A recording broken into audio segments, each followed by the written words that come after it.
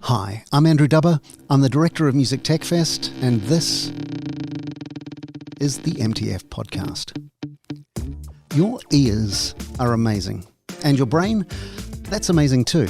Sound, and particularly how we perceive sound in three-dimensional space, is this incredible phenomenon that we kind of take for granted a little bit. But when you stop to think about it, as Agnieszka Roginska does, well, it'll blow your mind and maybe even become something of an obsession. Agnieszka is a professor in the Music Technology department at NYU. And this year, she's also the president of the AES, the Audio Engineering Society. And her specialism is immersive 3D audio for games, for VR, for movies, for music, and for a whole lot of stuff you might not have thought of, from the military to traffic management, educational psychology to bird migration.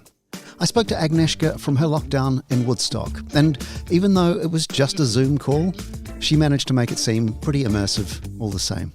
This is Professor President Agnieszka Roginska. Enjoy.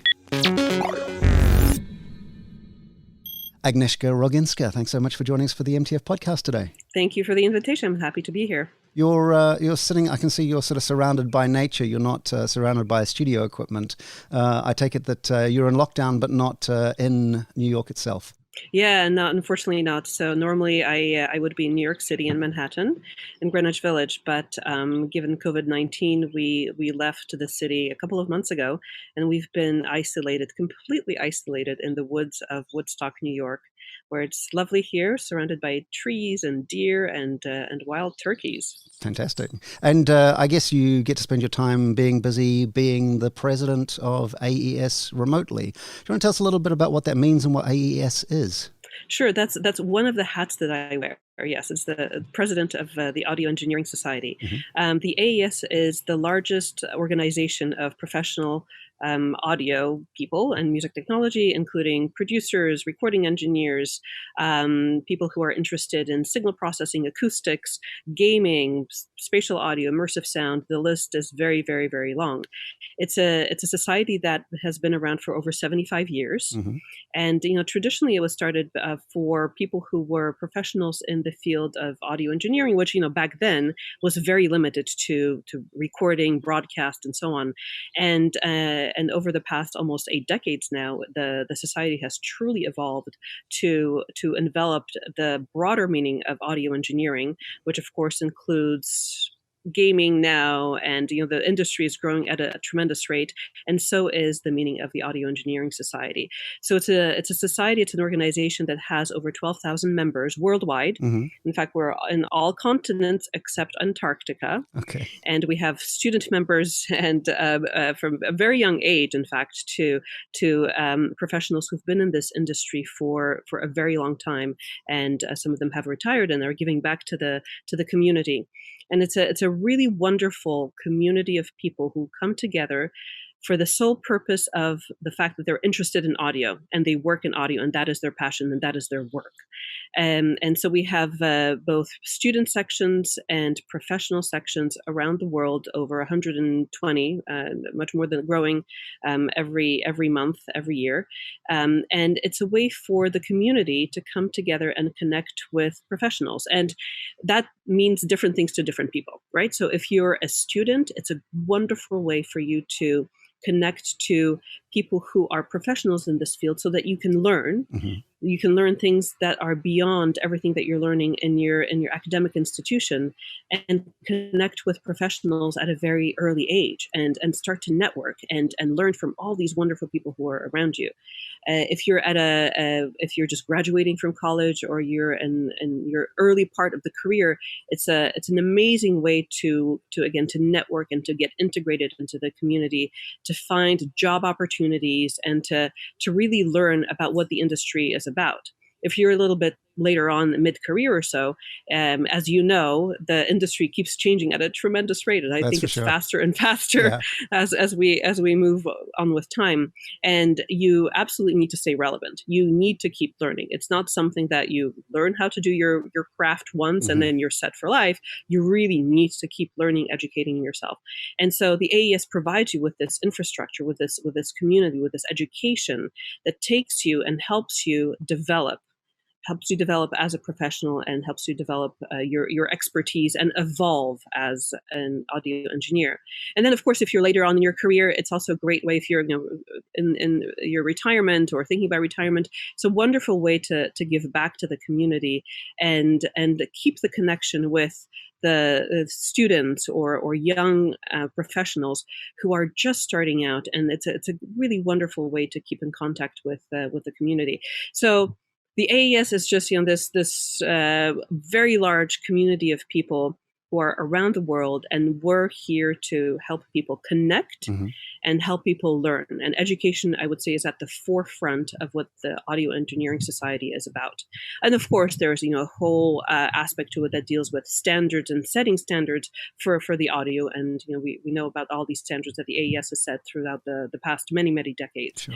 So I am the president this year. So this year from January 1st. So it's a 1-year gig. Yeah, it's a 1-year gig, and you're voted in, presumably. Yes. So I was voted in, and in fact, the way the society is organized, there's always 3 presidents at any one period of time. There's one president who is the president-elect, which means that's the person who will be the acting president next year. There's the acting president, so that's my year now as acting president. And then there's the past president, who is the president, who was president last year. And the 3 of us kind of work together and together with the board of directors and also with a board of governors who are representatives from the leadership around the world. And also the AES has a staff, a full-time staff, an executive director, and people who work with Colleen Harper to run the society from an infrastructure perspective. And you're also a professor. I am indeed a professor. I'm a professor of music technology at New York University in New York City. Focusing on 3D audio particularly. Yeah, so that's what I've been doing for the past, about 25 years now. I've been in the field of 3D audio, which, as you can imagine, looked a lot different 25 years ago than it does today. What did 3D audio look like 25 years ago? 25 years ago, I would say that about 25 years ago, about in the mid-90s was when 3D audio started to gain momentum. I think it was the first time, although, immersive sound, 3D audio dates back to prehistoric times.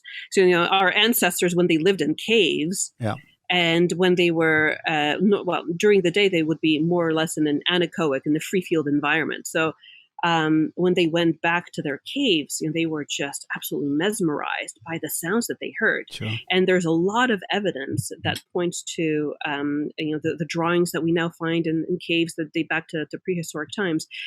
A lot of them are in acoustically important places. A lot of them are in places where the acoustics are just wonderful. And you can imagine, you go into this cave, you don't have a flashlight, you don't have your iPhone that you can guide, so you really just have the sound of your voice to guide you most often. So when you come into these areas where the acoustics are just so amazing and enchanting and magical, that's where they spend a lot of their time. So immersive sound dates way back. Great space for storytelling, I would have thought as well. Yeah, for that sort of context. Yeah, absolutely. So yeah, it's got a history, but the technology of 3D audio. I mean, I think of things like quadraphonic sound, I guess, in the 60s. But then where are we at when you come into the picture? So in the mid-90s, it's where, as I mentioned, the 3D sound, this is where 3D sound really starts to gain momentum, specifically for gaming, right? So, but this is where we have our Sound Blaster card. The computers are still not powerful enough to do any kind of meaningful real-time 3D audio processing. Most of the CPU is spent on graphics back then, but 3D audio gains a little bit of the importance. And this is where we start to develop a lot of the algorithms. First of all, we start to gain a much greater understanding of how it is that we hear in a three-dimensional space. How is it that we only have two ears? Mm-hmm. We only have really two channels as on our heads, but yet we can tell where sounds are coming from the front and the back and up and down and near and far. And it was during that time in the 80s and the 90s that we are doing a lot of research about the fundamentals of spatial hearing. And this is really important because it's important for us to understand first how we hear in a three-dimensional space if we have any possibility of recreating these kinds of illusions and simulations synthetically. So, we're doing a lot of research, and computers are starting to become a little bit more powerful. We're also starting to understand that we can measure the filtering characteristics of human bodies, these things called, how we have, of course, the head that's a certain shape, but we have these funky flappy things on each side of the head, our ears, mm-hmm. are what are called our pinnas. And those contain the acoustical fingerprint of each location. And, we start to realize this, and we start to realize that we are able to hear sounds in the three-dimensional space because our bodies are basically these very complex, directionally dependent equalizers. And so when a sound comes from a specific direction, it puts an acoustic fingerprint based on the shape and size of your head and specifically your ears. And we also start to realize that everybody's ears and heads are unique, and everybody has a different way of a different acoustic fingerprint for each one of those locations. So, we start to realize that we need to be mindful of what kind of filtering we do so that your experience of 3D sound is excellent, but it's going to be different than my experience of 3D sound because we have these different characteristics. Mm-hmm. And of course, because machines are not powerful enough, in the 90s, we're doing a lot of research of, well, how can we make this so that everybody has a good experience of 3D audio, especially in gaming, which was, a really very important application back then.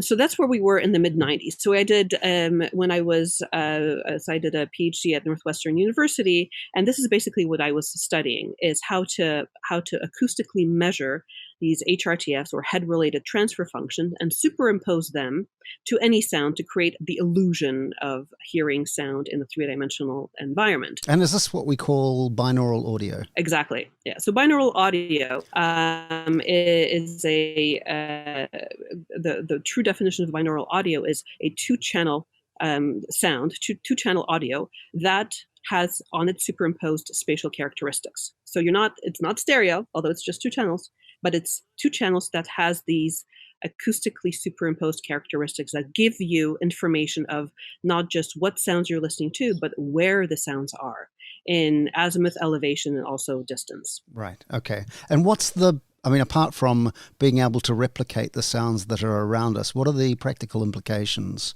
of that? How do you then apply that research that you're doing? So the applications are manifold. I mean, right now we're really starting to use binaural sound basically everywhere, and especially now with the emergence of VR and AR in a much more consumer-based way. Because VR has been around for decades. When I started doing 3D audio, we were doing VR applications as well. Though VR in the 90s looked very different than it does today. Sure.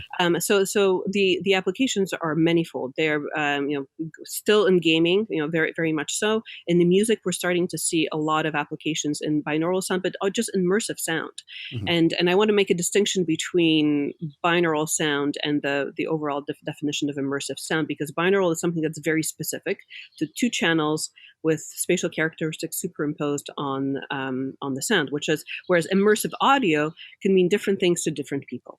Immersive audio can mean an immersive experience for somebody who's a recording engineer and who is recording a concert, an orchestra concert, and creates the impression of you being in that concert space. That's very different than somebody who's playing a first-person shooter game and is in an interactive environment Right. where the sound has to change as your position and what you're doing changes. Right. And that's also very different than if you're doing an application in education, for example, and you want to superimpose virtual objects so that students can learn better about the topic that they're learning about. And there has to be a component of interaction. Maybe you're now in an augmented reality space where it has its own sound complexities, where now you have to be very mindful of how you integrate real objects, real sound objects with virtual sound objects and how they blend together. So the application itself becomes very, very important. Before I came to New York University, I was working more in what's called the mission critical space, which is applications of in my case, it was audio and specifically 3D audio. But for military applications, I was working a lot with the Army and the Navy and NASA for various applications of 3D sound and how they can be used to augment the situation or improve the situational awareness and augment how a person perceives the information, or how a person perhaps has the better ability to listen to multiple communication lines coming to them at the same time. So depending on what the application is, you really have to be thinking about what kind of technology you use and what kind of manipulations you have to use to make the experience meaningful for the application that you're working with. You've got a wonderful soundtrack of a bird that's tweeting along with you in the background. And it makes me think about the quality of the microphones that we have available to us in everyday life, because the fact that I can sit here in the north of Sweden and listen to a bird in your garden in Woodstock is phenomenal, and that it sounds so clear and so bright. Are microphones getting better, and particularly for things like immersive audio and 3D sound? Is the technology improving for recording that? Well, it depends what you mean by improving, right? So there are certainly technical advances that are being made we now have microphones that are, I'm specifically thinking of microphones that have high order ambisonics, microphones that are able to capture sounds from multiple directions at the same time. We now have these technologies, and the quality of them is getting better and better and better and improving. Mm-hmm. We also certainly have a much greater availability of the types of microphones that are around for the applications that we're working with. So, for example, in the past few years, ambisonics, as you may know, has made a tremendous emergence. And it's not because ambisonics is new. It's been around since the 70s, since Michael Gerzon came up with this idea. But we now have found a very important application for it, which is virtual reality, augmented reality, needing to have representation of sounds from all around us. So now, of course, we have a much greater abundance of first-order ambisonic microphones, with higher-order ambisonic microphones, things that we didn't have in the past. And the quality is really excellent. And I would say one of the things that I am very excited about is to see these kinds of technologies, these kind of professional-grade technologies becoming more available and cheaper to the consumer, so that now accessibility is much better than it ever has been. And what does that mean? That means that people who in the past would never have access to these amazing technologies and these microphones, unless, let's say, you were a professional recording engineer and you had your, a huge studio, you wouldn't have access to those. But now the accessibility is such that anyone, kids in elementary school, are doing recordings using ambisonic microphones. They may not understand fully how it works, but it doesn't matter, because they can experiment and be creative with these technologies and learn about them, so that they can do things that otherwise they wouldn't be able to do. So I'm really excited about the fact that the accessibility is there now, and certainly the quality of the microphones and the quality of the microphones and the headphones and technologies has been improving at a great rate. Fantastic. Just before the coronavirus took off, we were very involved in a project about sound design for urban environments and how we could reimagine sound and how sound is used with the IoT space, with sensors, with how sound affects the city, but also how we can redesign the sound of the city. And since then, of course, cities have shut down and they sound totally different. Are we going to have the opportunity to rethink how cities should sound or how they should use sound as we come out of this, do you think? Well, it's interesting because there are a lot of people who are doing research on the sounds of cities. In fact, we at NYU have a very large project called Sonic, SONYC, that captures sounds around the city 24 hours a day, 7 days a week. Mm-hmm. And this came out, the original seed of that project was a mission from one of our former mayors in New York City, who understood that noise is a big problem. Noise is a big problem in a lot of cities. And in order to mitigate noise, we first have to understand it. And so that project was started. It's an NSF-funded grant now, and we have literally hundreds of sensors, microphone sensors, scattered around the city, and they pick up the sound. And so one of my parts and related to this project is a project called City Tones, and City Tones aims at capturing sounds of cities, kind of like think of a room tone, where you want to have the sound of an environment or of a nature environment or an urban environment, but where you don't want to have a lot of point sources. So I've been collecting through City Tones, we've been collecting sounds from all over the world, both nature sounds and urban sounds, and creating a large library that we use as the backdrop of virtual experiences that we want to create.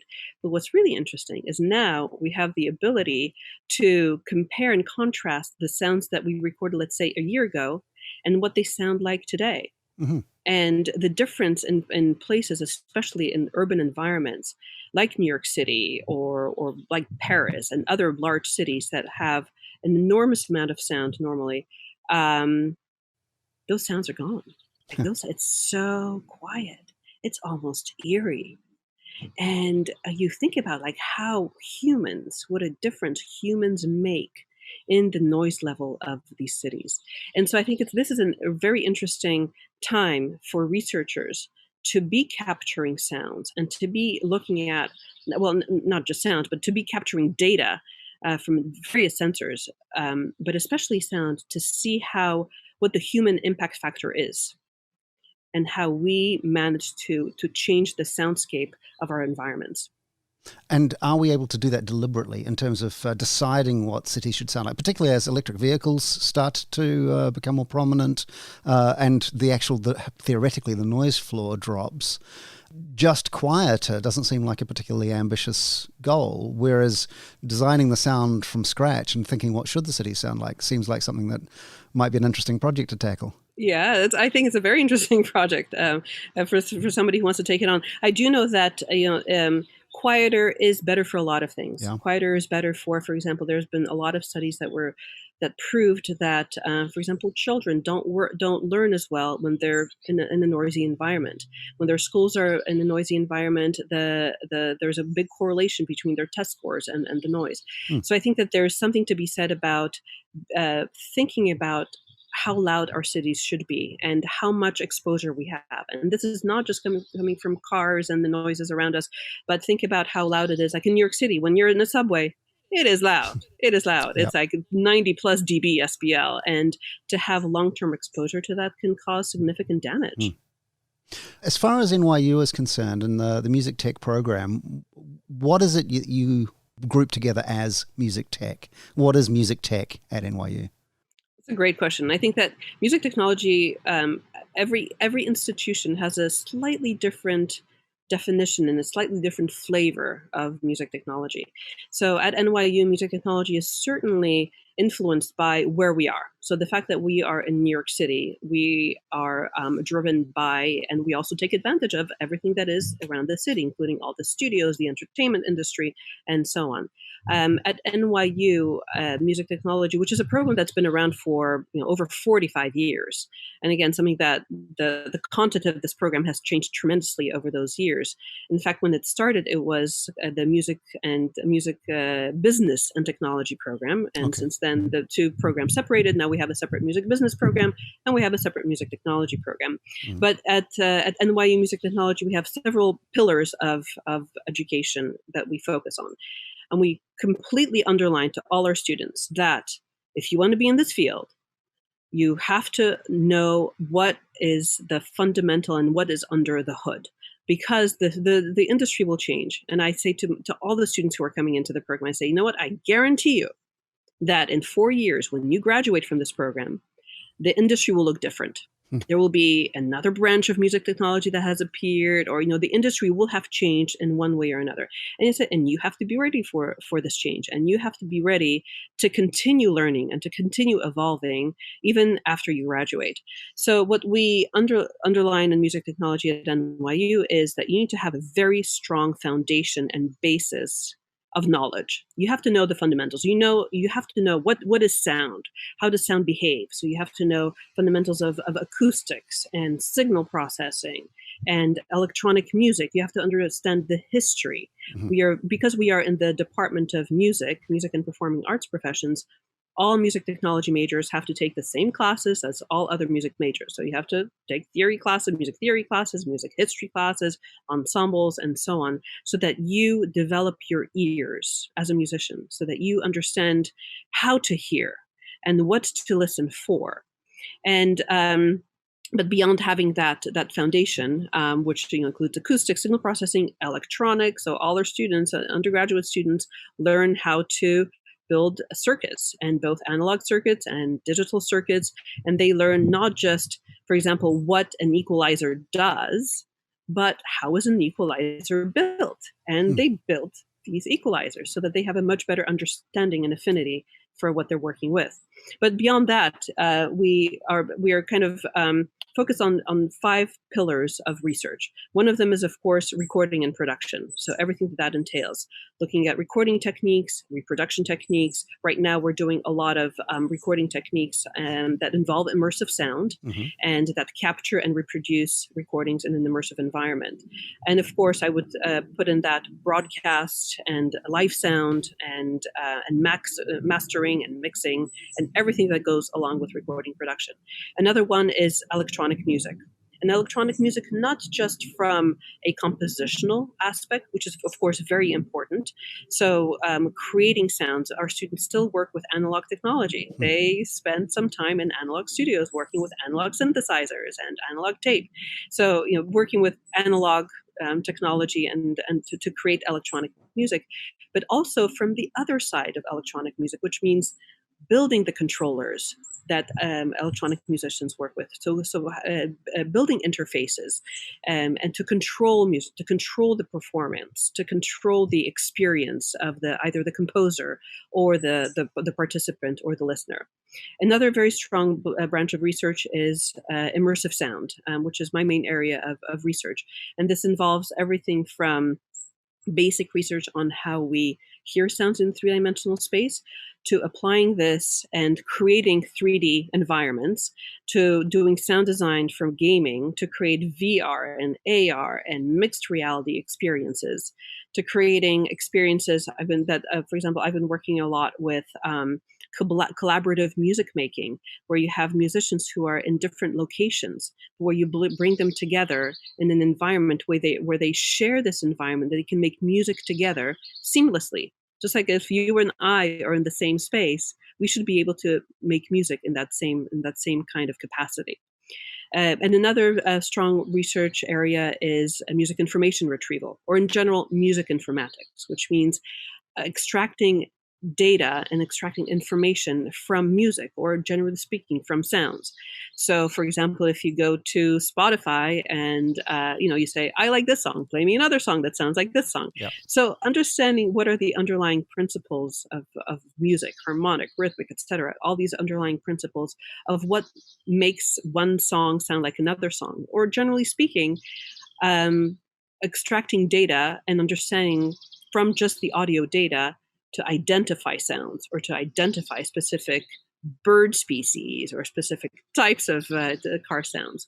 And then the last pillar is music cognition. So it's not about specifically what we hear, but how we hear it, how we perceive it. How is it that music derives all this emotion in us and creates all this emotional component? So those are kind of like the main pillars of music technology at NYU. And it's a large program. We have an undergraduate program, a master's program, and a PhD program, and total of about 250 students now. Right. And I mean, not to put too fine a point on it, but what do they do when they finish? So some of them go on to work at companies such as Apple, Dolby, Google, and they're signal processing engineers, or they work on new products. Mm-hmm. Some of them go on to be recording and mixing and post-production engineers, and either are absorbed by studios, or they start their own ventures, and they're very successful. We have composers who also become artists and installation artists. We have some students who go on into academia, and especially the PhD students. I would say that a lot of them go on into being academics and professors. Or they are doing research at large companies. So because the breadth is so wide, so is where the students end up after they graduate from NYU. Right. But they're all very successful.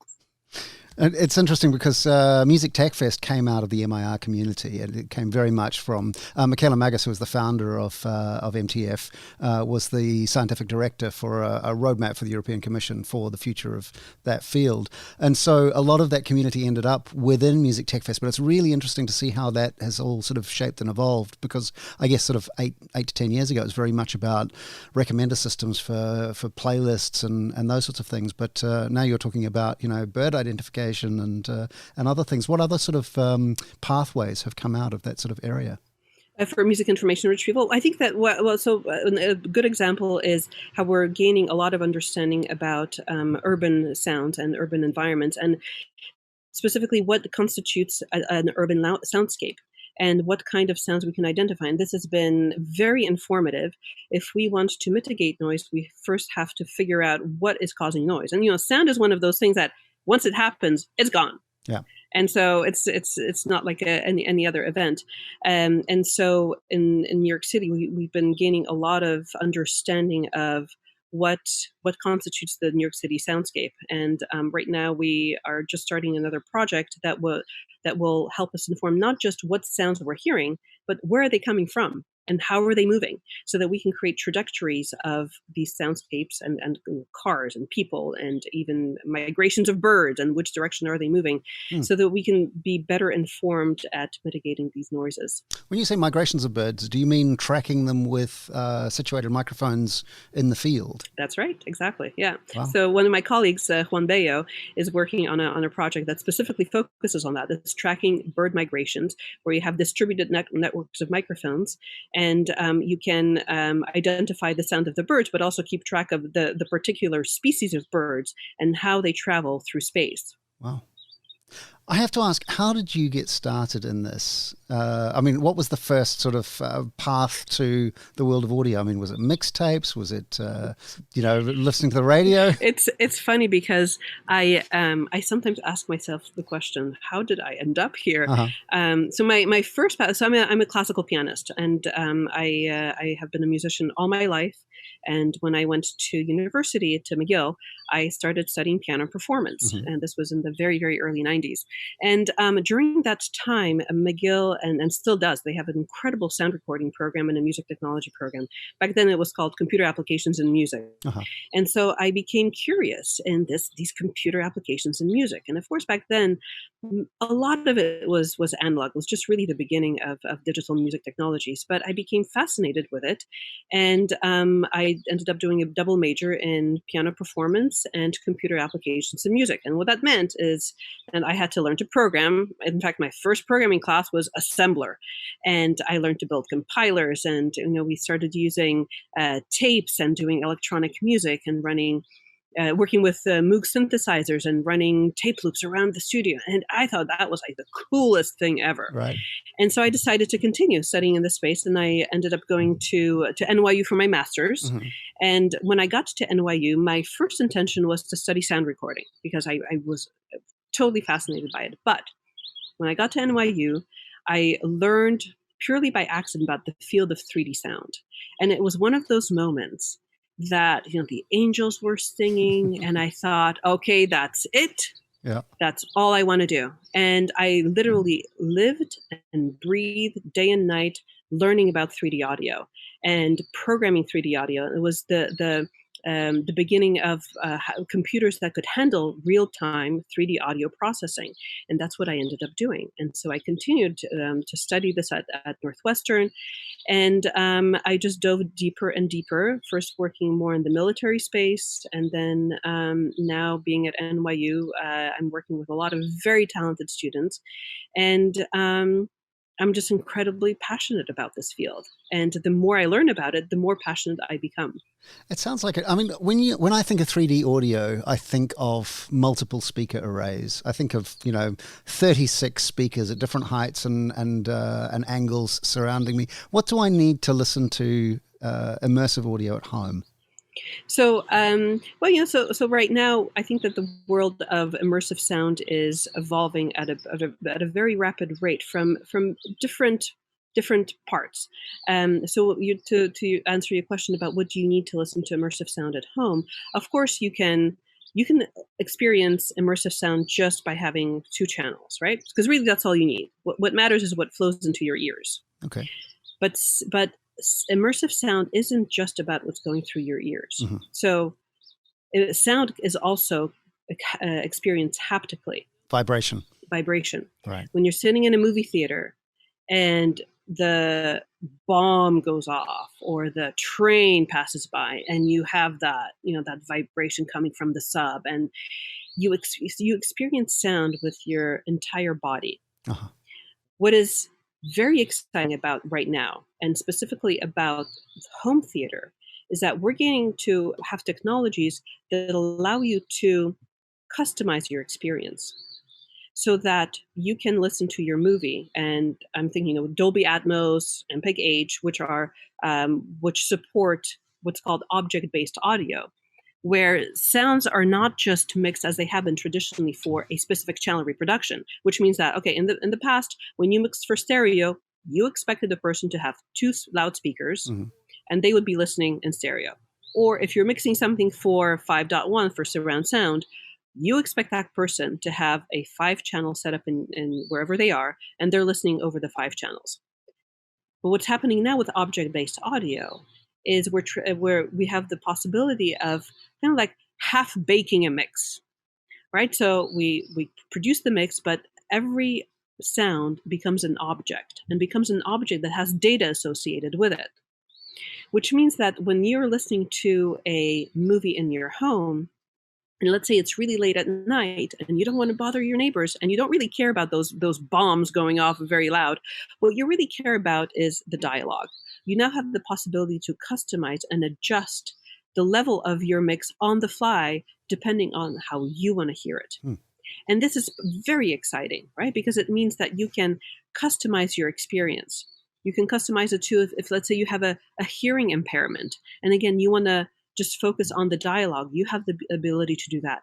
But what it also means is that if you have a 5-channel setup at home, you have surround sound at home, you can listen to it on 5 channels.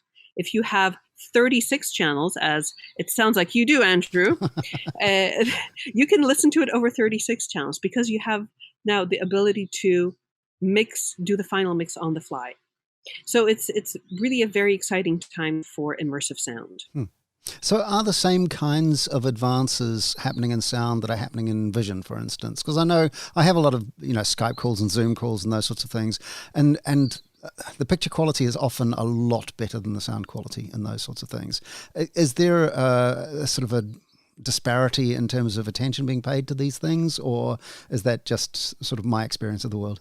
Yeah, I think it depends on what community you talk to, right? So if you're talking to the vision community, of course, there's amazing graphics advancements happening, and we see this with renderings of avatars, and we see, especially with computer graphics, how far we've come. Mm-hmm. And of course, like we wouldn't be able to do this 20 years ago, or the quality of what we're being able to do today would be a much lesser than it is today. So sure. Even for consumer grade communication, the quality of the visuals is increasing. But if you talk to the audio community, I would say the same is true. We're doing tremendous advances in the rendering of audio, in audio communication, where we're now starting to go beyond just the content that we're hearing, especially for communication. It's not just about hearing the dialogue, but it's about also the sound quality that we're hearing. For the fact that you can hear birds and a dog, as as I'm talking to you right now, I mean, just think about that. And we're separated by thousands and thousands of miles. Mm-hmm. Yeah, it's amazing. So are the affordances of the recording technology having an impact on what sorts of music are being made? I always, my philosophy is that technology and art go hand in hand. And one has to drive the other and vice versa. I think because the technology is evolving, it is giving new ideas and new forms of expression and creativity to artists. And artists are taking these technologies and running away with it and doing things that they wouldn't be able to do before. But vice versa, because now artists are creating new ways of making things, technology is catching up. So it's this constant evolution moving forward. Technology goes forward, creativity goes forward, and so on. And so I think that we are doing different things that we were not able to do before.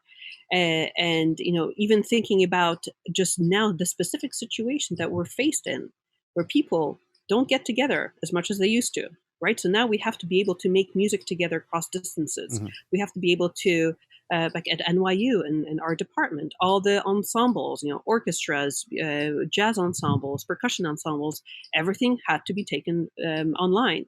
So now we have to be creative. How do we create music together to make it sound good, and perhaps create new forms of music that not just allow us to do the things that we've been able to do before, but let's think of new ways of making music. Let's use this. Let's use this in a way that we wouldn't be able to use this before. The fact that we cannot get together anymore, which means that we can get together in a remote setting with people that we normally would never get together before and make music before.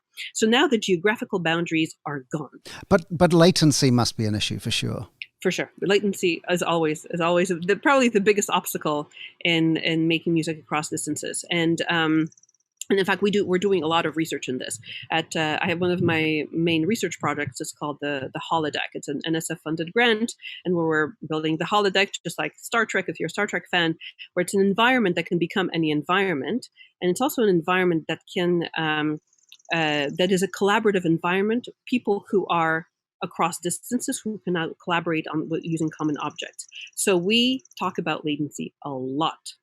Luckily, within NYU, within our campus, or in the city, we have this, what we call the triangle between Washington Square Village and the park, Brooklyn, and the medical center. We have an incredibly fast network where the latency is on the order of magnitude of 1 millisecond between the three. So, we have basically no latency, and we can collaborate across the distance. But of course, if we're collaborating with our other campuses, such as our campus in Shanghai or Abu Dhabi or other institutions, we have this obstacle. And there's a physical barrier. There's the speed of light, where that's and I'm sure somebody will solve that problem someday. But right now we have, in the best circumstances, we have the speed of light. So latency is always a problem. But here's where musicality and composition and creativity can come in. You can create music and you can compose music that reduces this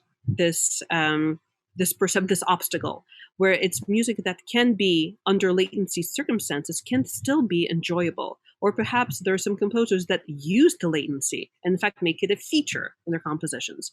And this is where I mean, that creativity and artists and composers use the technology in ways that sometimes we never even would think they should be used, and make it into a new form of art and a new form of expression. If I'm somebody listening to this podcast and I think these are really, really interesting conversations and I want to have more of these sorts of conversations, you kind of have an answer to that. You have a conference coming up. Yeah, we have the Audio Engineering Society convention coming up next week. So it's from June 2nd through the 5th. And normally it was supposed to be in Vienna. So this convention was supposed to be in Vienna and Austria. Of course, we were not able to do this physically this year. So this year it's all virtual, and anybody can register for the convention and will have access to literally dozens and dozens of sessions and paper sessions and hear from the experts in the field of audio engineering. And I would say that, the broader sense of audio engineering, there will be a lot of sessions that will be talking about immersive sound and gaming and applications in VR and recording and reproduction. So there's a lot of very exciting sessions going on. So to find out more about it, you go to aes.org and you can be directed directly to the convention in Vienna next week. And obviously you'll be presenting or keynoting? I will be presenting, yes. So I'll be part of the opening ceremonies. I'm also going to be part of a panel discussion on binaural sound and asking the question, how far have we come and where else do we have to go? I have to ask you, because obviously you're the expert on this, and it's something that I've never been entirely 100% convinced of, is the idea of binaural beats and brainwave entrainment. Is that something that you've looked into, and is it nonsense? So I have a number of students, master students, who have looked into binaural beats, and it's really very interesting because there's evidence that suggests that binaural beats truly do make an impact and truly do make an effect on how we feel and change our state. I would say there's a lot more research that needs to be done, but I would say that we see some evidence that binaural beats are interesting. Interesting is a nice place to leave it. Agnieszka, thanks so much for your time today. Thank you very much, Andrew. I appreciate it. Cheers. That's Agnieszka Roginska, and that's the MTF podcast. Now, if you're interested in attending the 4-day-long packed program at AES Virtual Vienna next week from the 2nd of June, head to aes.org now and register. The MTF podcast is out every Friday, so don't forget to subscribe, and you can also rate and review wherever you listen to podcasts. We'd really appreciate it. And of course, you should share this with someone else you think might be interested in this sort of thing, particularly if they're looking at getting into the whole world of audio careers and sound research. I'm Andrew Dubber. You can find me at Dubber on Twitter, and Music Tech Fest is at Music Tech Fest, pretty much everywhere. Enjoy the rest of your week. Take care. And we'll talk soon. Cheers.